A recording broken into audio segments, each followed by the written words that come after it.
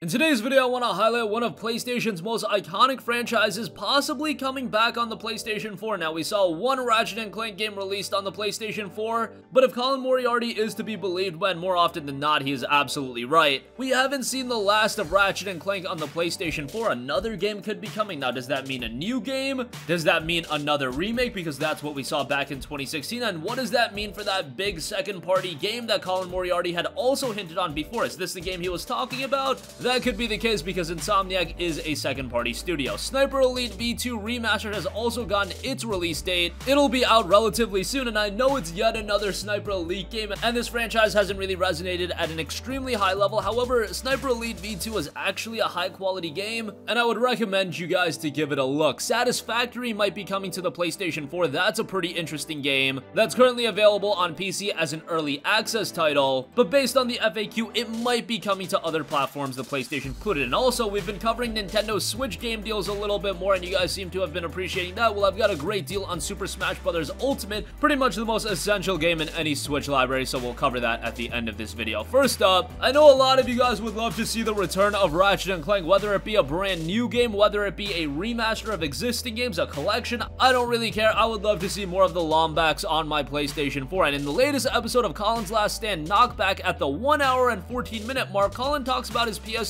memories, which included the Ratchet and Clank series. I mean, whoever had a PS2 pretty much played the Ratchet and Clank games, and that had to be an integral part of anybody's PS2 memories. But nonetheless, he soon after that began talking about the latest incarnation and casually mentions, quote, "and you haven't seen the last of Ratchet and Clank on the PlayStation 4. Now, that was quietly dropped in a very lengthy podcast, so it took a little bit of time for people to actually pick up on this. Very clever of Colin to actually drop it in his own podcast and give that some shine. I don't know if he thought that little bit of a tidbit would actually be picked up by outlets, but it was. And if we haven't seen the last of Ratchet and Clank on the PlayStation 4, hey, that makes me very happy. And again, even if it's just a remastered collection, I'd be very happy with that, just because so many people missed out on the Ratchet Future series because it released early on in the PlayStation 3's life, and the PlayStation 3, of course, just generally wasn't as popular, especially over here in the States, as the PlayStation 4 is. And to give gamers a chance to go back and play Future Tools of Destruction as well as A Crack in Time, that would be awesome, because those two games are arguably the best in the entirety of Ratchet and Clank. I don't think that's a hyperbolic statement to say at all. They were very good games, and I would love to see gamers given a chance to go back and play through those titles, and I'd love to go back and play those games in 4K, better visuals, whatever the case may be. But if it's an all-new game, I'd be very excited for that as well. And do remember that Colin Moriarty noted that a major second-party exclusive was still in development. Insomniac Games, the studio that's most known for Ratchet and Clank, but even recently, they of course did Marvel Spider-Man, so I figured they were busy on a sequel of Marvel Spider-Man, but maybe a part of their studio is also working on a new Ratchet and Clank game. That wouldn't surprise me all too much. Whatever the case may be,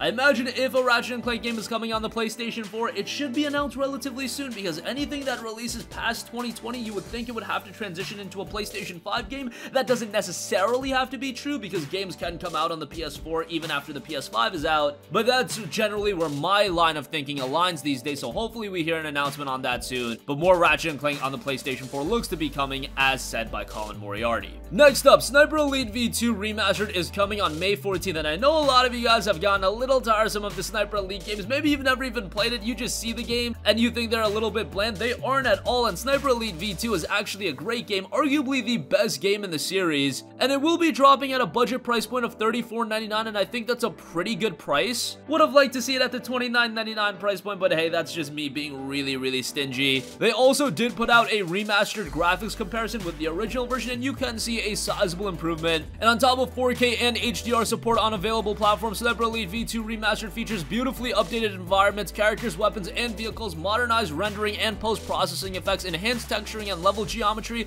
a revamped lighting system, and dozens upon dozens of improvements and refinements. In addition to visual upgrades, Sniper Elite V2 Remastered introduces a brand new frame-by-frame photo mode, 7 new playable characters from Rebellion's Zombie Army series, expanded multiplayer for up to 16 players online on PlayStation 4, and up to 8 players on the Nintendo Switch. And all the additional content ever released for the game will be available in the remastered version, of course, for free. Sniper Elite V2 Remastered drops May 14th on the PS4, and again, if you're not all too interested in the game, just keep your eyes on it, maybe add it to your wishlist, and down the line when it is sub $10, pick it up then, because it is a quality game, and I'm happy to see it get another chance on the PlayStation 4.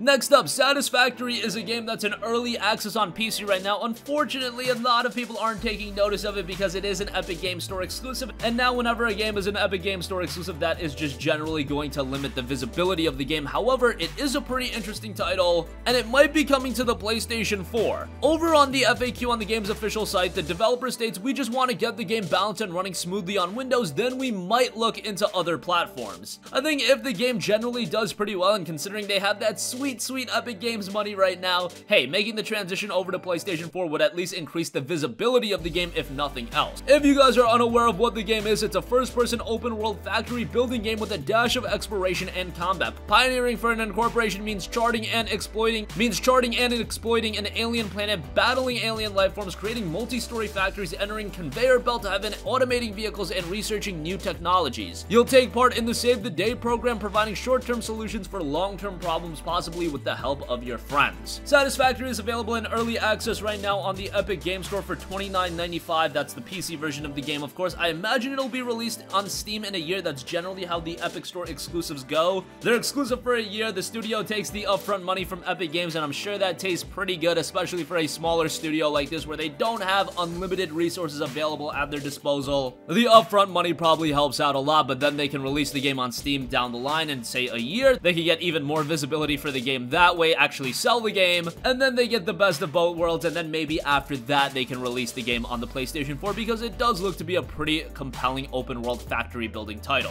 So we'll keep you guys posted. And lastly, we've been covering Nintendo Switch game deals more and more, and you guys have seemingly been enjoying that. Well, Super Smash Bros. Ultimate is available right now on Amazon with a $10 discount. It's available for $49.94. Not a steep discount, but with these Nintendo Switch games, they hardly ever go on sale, so whenever you can even get a little bit of a discount on them, you have to jump on it. Super Smash Bros. Ultimate to many is, of course, the key game you need to have on your Nintendo Switch. Some people might say The Legend of Zelda Breath of the Wild, but especially from a multiplayer standpoint, Smash Bros. Ultimate is an absolute must-have title, especially for your party games. It is a blast. I'm not a big fan of how you have to unlock so many of the characters. I just wish Smash would go the route of letting you play as all of the characters right from the get-go, but nonetheless, that's a minor complaint from me. And what you have from Super Smash Bros. Ultimate still offers a very compelling experience, and again, it's a must-buy title from the single player to the local multiplayer to the online multiplayer, which still needs some work, but nonetheless a lot more good than bad here. And again, for under $50, definitely a worthwhile game to have in your Switch library. And that's gonna conclude this video. Again, we may have not seen the last of Ratchet and Clank on the PlayStation 4. I don't think a lot of gamers were honestly expecting this, given that Insomniac is busy with Marvel Spider-Man, given how impressively that game performed. From a commercial standpoint, you would think that Insomniac would just stay on the Spider-Man train. However, if they can split their studio up and they can get some of the team working on Ratchet and Clank, or if there's an outside party working on another Ratchet and Clank title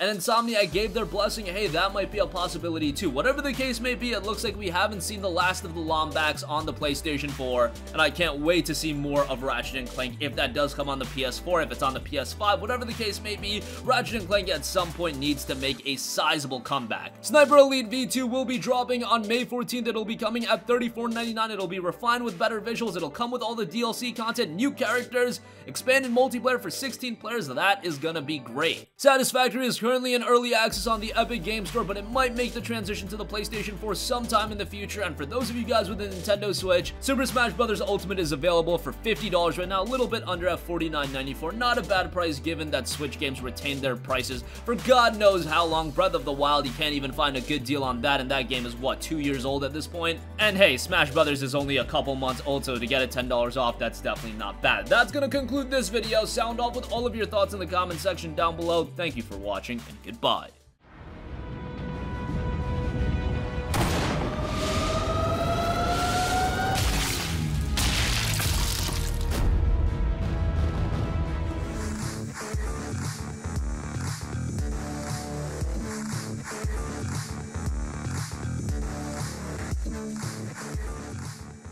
Hey guys, we hope you enjoyed the video, and if you did, make sure to hit the subscribe button, and if you're already subscribed, do us a favor and hit the bell icon. This way you'll be notified whenever we post a new video. That's the best way to keep up with all of our uploads, and we usually try to upload 2 videos a day. And with the bell icon hit, you'll be notified whenever we do upload a video. As always, thanks for watching.